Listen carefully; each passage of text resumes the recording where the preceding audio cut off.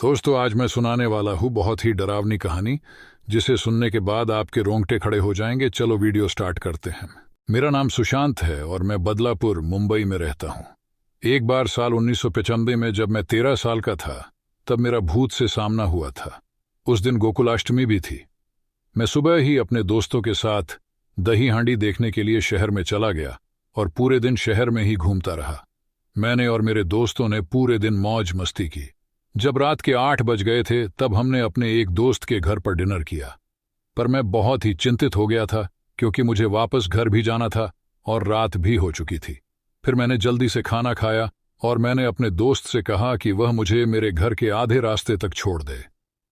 फिर मेरे दोस्त ने मुझे आधे रास्ते में ही छोड़ दिया और मैं आगे घर की तरफ अकेला ही चलने लगा। जब मैं अपने घर के अहाते परिसर में पहुंचा, तब रात के लगभग 11 बजे थे। हमारा घर बहुत ही बड़ा है और हमारा अहाता आम और नीम के पेड़ों से घिरा हुआ है।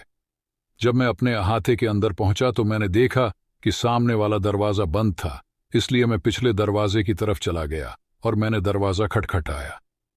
फिर मैंने पीछे मुड़कर अहाते की ओर अपनी टॉर्च जलाई तो मैंने देखा कि एक महिला सफेद कपड़े पहने हुए एक आम के पेड़ के नीचे बैठी हुई थी और उसके बाल भी खुले हुए थे। मैं उसे देखकर बहुत ही दंग रह गया था कि वह आधी रात को पेड़ के नीचे अपने कपड़े धो रही थी और उसके पास पानी भी नहीं था। वह बिना पानी के कपड़े धो रही थी। मैं इतना डर गया था कि मैंने दोबारा से अपने घर का दरवाज़ा 3 बार खटखटाया और लाइट जलाई। फिर से मैंने देखा तो वह वहीं पर कपड़े धो रही थी, और वह भी बिना पानी के, और वो भी इस समय रात के ठीक 11 बजे। मैं उसका चेहरा सही से देख नहीं पा रहा था, क्योंकि उसने अपना चेहरा अपने बालों के पीछे छिपा रखा था। तो मैं उसकी तरफ जाने लगा, ये देखने कि वह सच में एक महिला है या फिर कोई और। वह मुझसे सिर्फ 20 मीटर की दूरी पर थी। फिर जब मैं उसकी तरफ थोड़ा आगे बढ़ा तो उसने कपड़े धोना बंद कर दिया और वह धीरे धीरे अपने हाथों से अपने बाल पीछे करने लगी। उसके हाथ भी बहुत काले थे और उसने हाथों में चूड़ियां भी पहनी हुई थीं। उसके बाद वह मेरी तरफ देखने लगी। आपको विश्वास नहीं होगा, पर वह मेरी तरफ देखकर चिल्लाई नहीं, बल्कि वह मुझे देखकर मुस्कुराने लगी। उसका चेहरा काला था और उसकी आंखें और उसके दांत सफेद थे। मुझे आज भी उसकी मुस्कान याद है।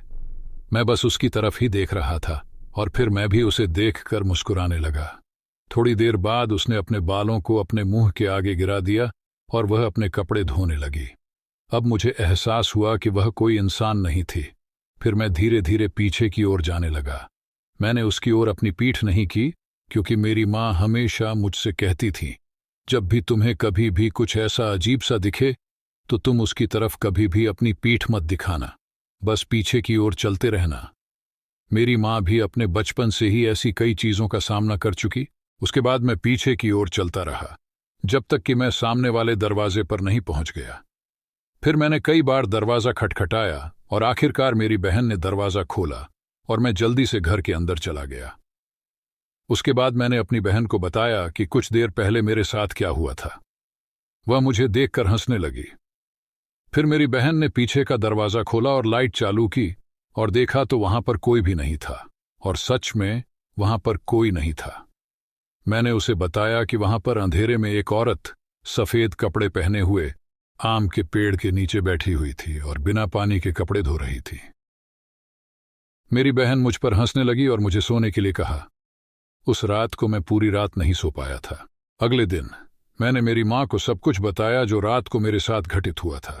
फिर मेरी माँ ने मुझे बताया कि हमारे अहाते में पिछले कई सालों से एक महिला रह रही है, लेकिन उसे हर कोई नहीं देख पाता है, सिर्फ तुम जैसे ही कुछ लोग उसे देख पाते हो। मेरी माँ ने मुझसे कहा कि तुम उस औरत के बारे में ज्यादा चिंता मत करो, वह तुम्हें कोई भी नुकसान नहीं पहुंचाएगी। कई सालों से वह महिला हमारे अहाते में रह रही है और वह हमारे परिवार को कुछ भी नुकसान नहीं पहुंचाएगी। मेरी माँ ने मुझे यह सब बताया तो मुझे बड़ी ही राहत मिली, लेकिन मेरी माँ ने कहा था कि यह बात तुम किसी को मत बताना। कई सालों बाद आज मैं आपको यह बात बता रहा हूँ। अब मैं 30 साल का हो चुका हूँ और अभी मैं सऊदी अरब में काम कर रहा हूँ। यहाँ सऊदी अरब में भी मेरे साथ ऐसा ही कुछ हुआ, जिसकी वजह से मैंने आपके साथ अपनी यह पुरानी घटना शेयर की थी। 11 नवंबर 2014 की एक रात को मैं रात को जल्दी उठ गया था। उस समय रात के ठीक 1 बजे थे।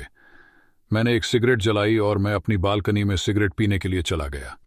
मैंने सऊदी अरब के एक आदमी को सफ़ेद कपड़े पहने हुए देखा जो वे अक्सर पहनते हैं। वह आदमी बास्केटबॉल कोर्ट के बीच में एक बड़ी लकड़ी पकड़कर खड़ा था और वह उस लकड़ी को बास्केट की तरफ देखते हुए नीचे ज़मीन पर पटक रहा था और ज़ोर ज़ोर से चिल्ला रहा था। मुझे लगा कि वो कोई पागल है, क्योंकि उस समय वो वहां अकेला था और पागलों जैसी हरकतें कर रहा था। लेकिन खास बात यह थी कि उसकी चिल्लाने की आवाज़ मुझे सुनाई नहीं दे रही थी। मैं पहली मंजिल पर उसके बिल्कुल ही करीब था, फिर भी मुझे उसकी आवाज़ सुनाई नहीं दे रही थी। उसके बाद मैंने अपना मोबाइल निकाला और उसका वीडियो बनाने लगा। मैंने उसकी 4 मिनट की वीडियो बनाई।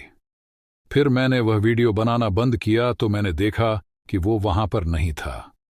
मुझे नहीं पता कि वह कब वहां से गायब हो गया।